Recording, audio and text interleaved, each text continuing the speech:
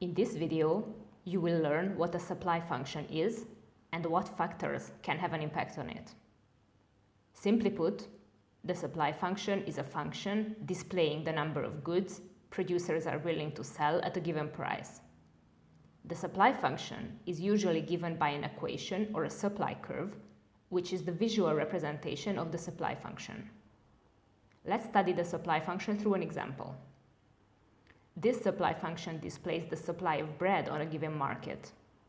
The x-axis displays the quantity in terms of the number of loaves, while the y-axis displays the bread price in terms of dollars per unit.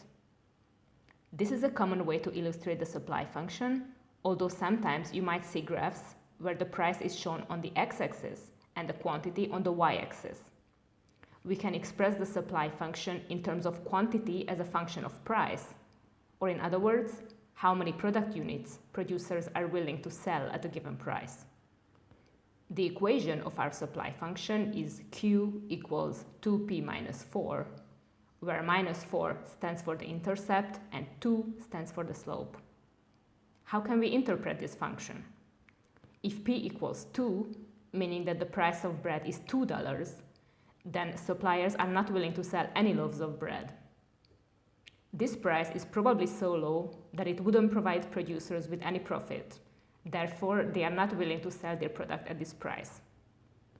If the price of bread increases to $3, producers are now willing to sell 2 loaves, which is slightly above the 0 units they were willing to sell at the price of $2. Similarly, if 1 loaf of bread costs $4, producers are willing to sell 4 loaves, which is once again a higher number of loaves compared to the loaves they were willing to sell for $3. This also means that the supply function has a positive or upward slope. Why is that? Because producers are willing to sell more units at a higher price and fewer units at a lower price. Makes sense, right?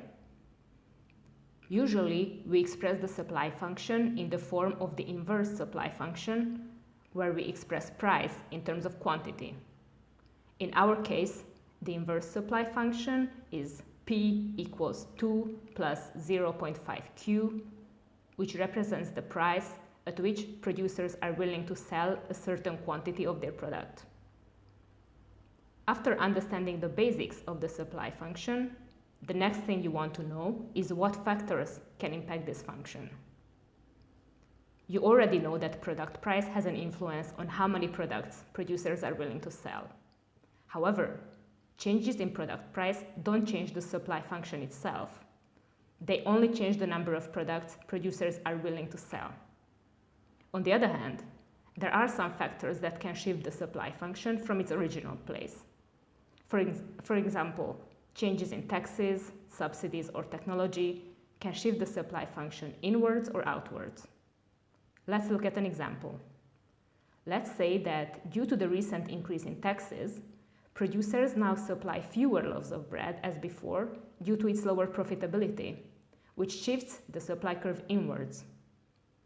If the price of bread is $4, they are not willing to sell any loaves of bread, while previously they were willing to sell 4 loaves at this price. If the price is $6, producers are willing to sell 4 loaves instead of 8 loaves, and so on. The new inverse supply function becomes P equals 4 plus 0.5Q.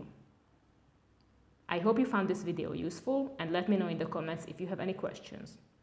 Thanks for watching, and don't forget to like, share, and subscribe for more videos.